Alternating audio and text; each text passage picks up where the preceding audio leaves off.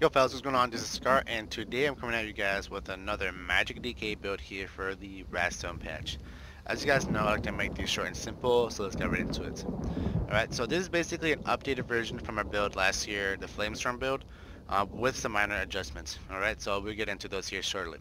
Alright, but we're still basically running a 5-on-1 setup, light armor, with 2 Skoria, 5 Shackle Breaker, 1 medium, 1 heavy. We're still running Bright Throat. All spell damage are arcane. We're still running a sword and board ice staff build, you guys. Alright.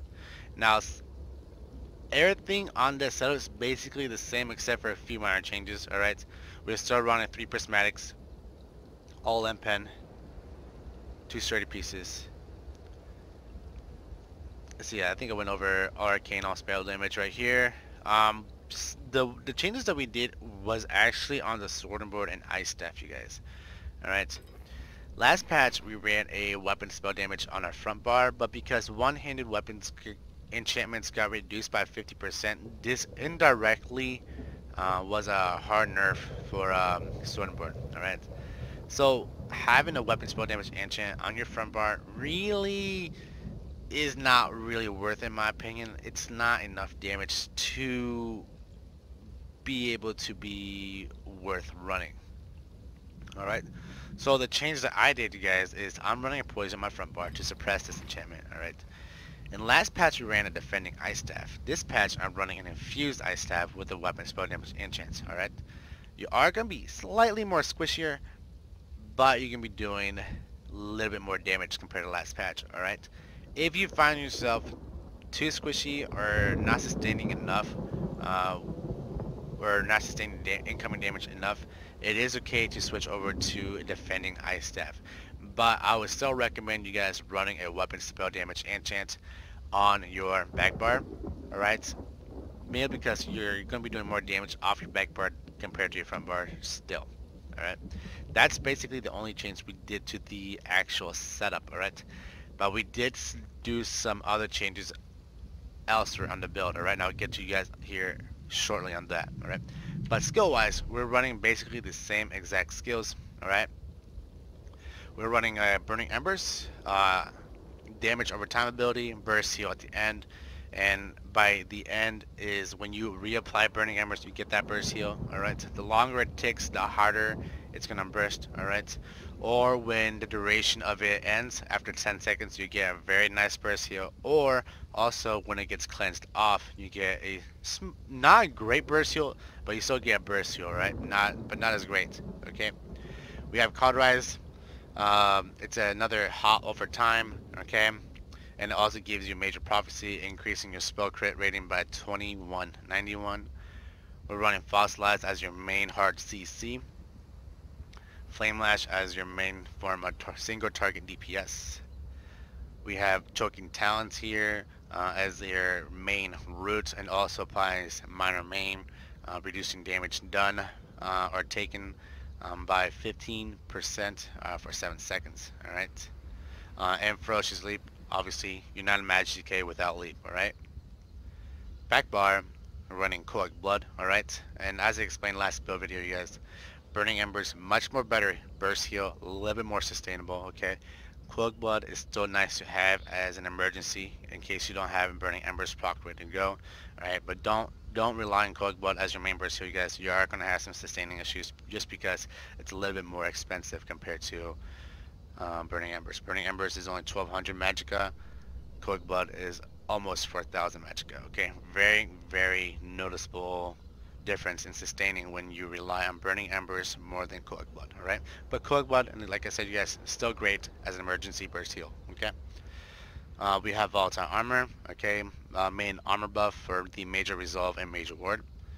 We have LA Drain, really good when it comes down to reducing your spell resistances to your enemies, also applying Magicka Steel to your enemies for 24 seconds, 300 Magicka every 1 second. It's basically equivalent to 600 Magicka recovery. Alright, we have Degeneration here for our main form major sorcery.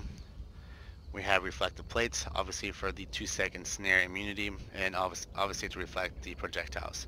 Alright, very strong skill, you guys, but I can also see this getting worked in the future, right? It is a very, very, very strong skill, and as a match DK main, you guys, I have to agree, it is a very, very strong skill. It is a very hard skill to try to change because we don't want to rip it from the class, you know?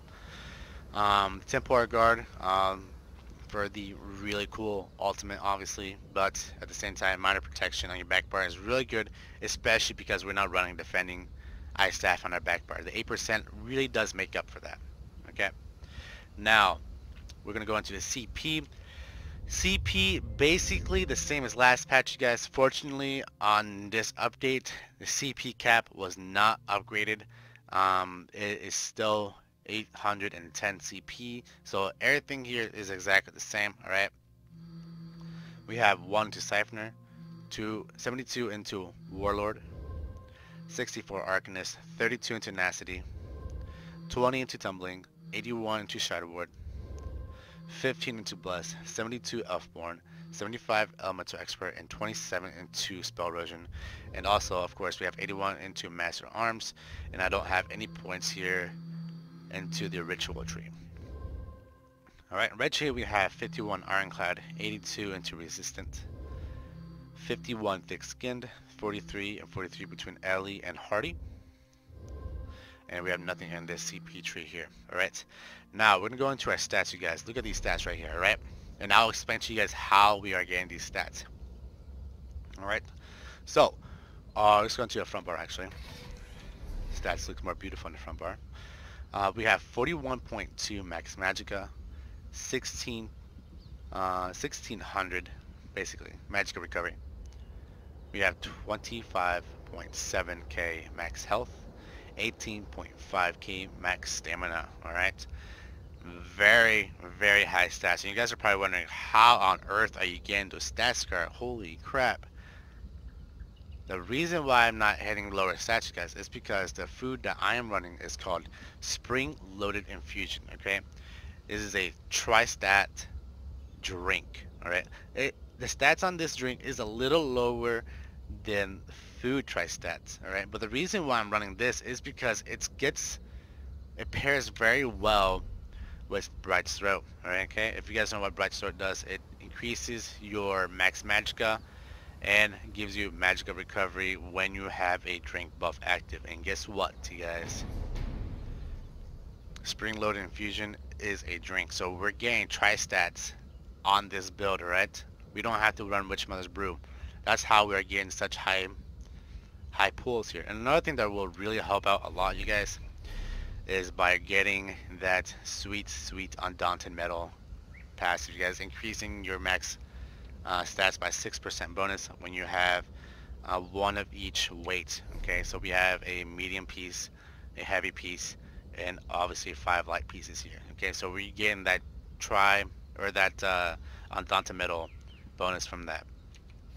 Okay, another change that we did to this build, you guys, is we are running a high elf. Okay, now you guys are probably gonna wonder, what about dark elf, Scar? Is it still good? Yes, dark elf is still really good for Magicka DK. Okay, but for me personally, you guys, high elf really suits my playstyle a little bit more.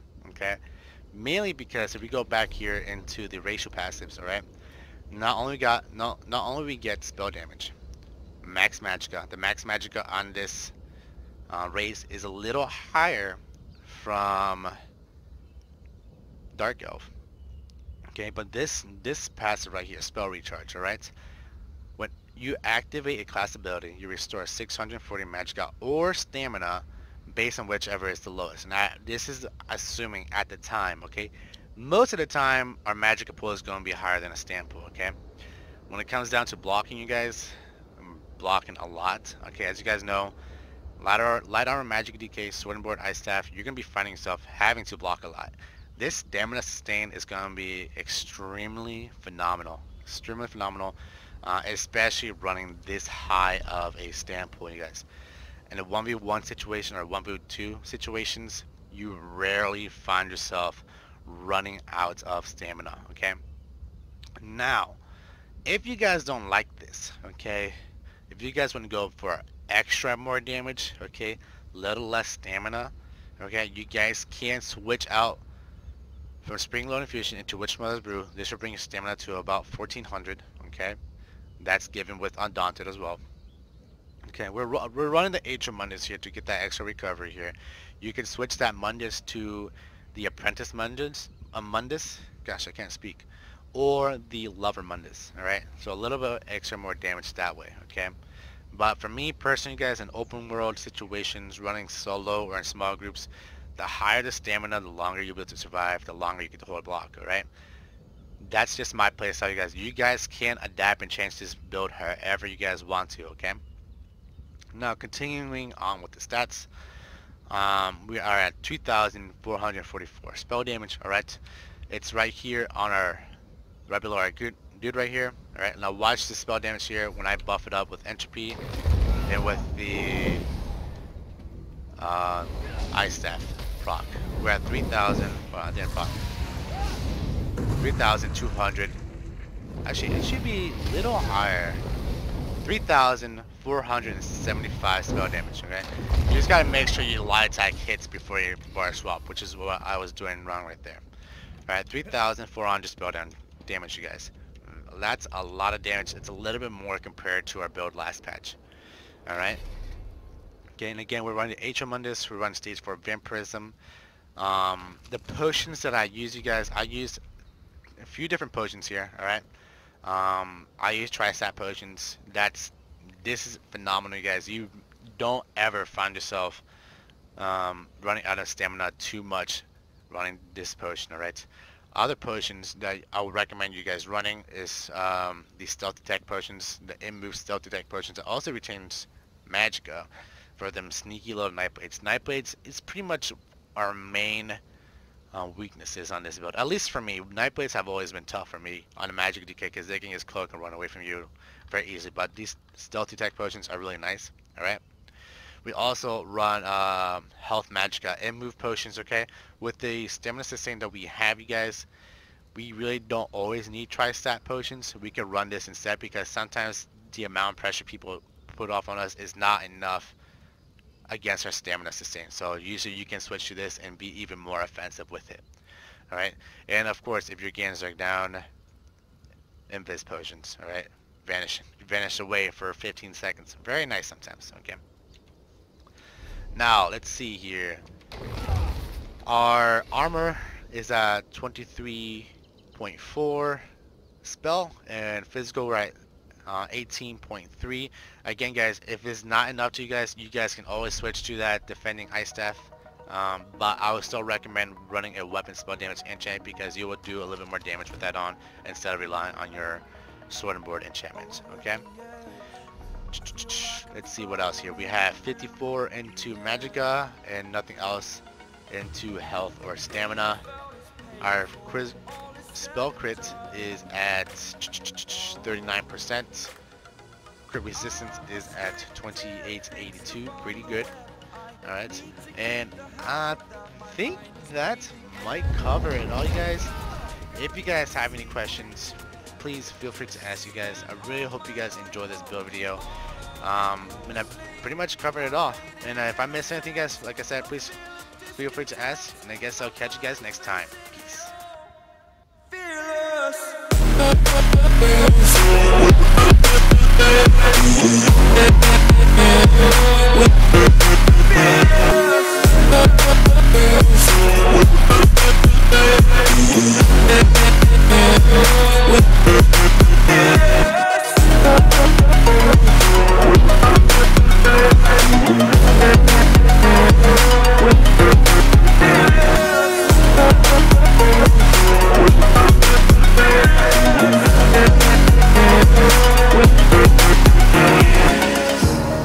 Burning the bridge that keeps us.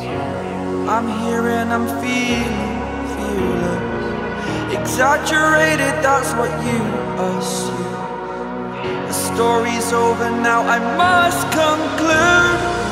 I am conflicted, watching where I step still, hanging in the balance. Not the life I want to live, I want to take it all. Standing tall, fear outweighed the person you are. Oh,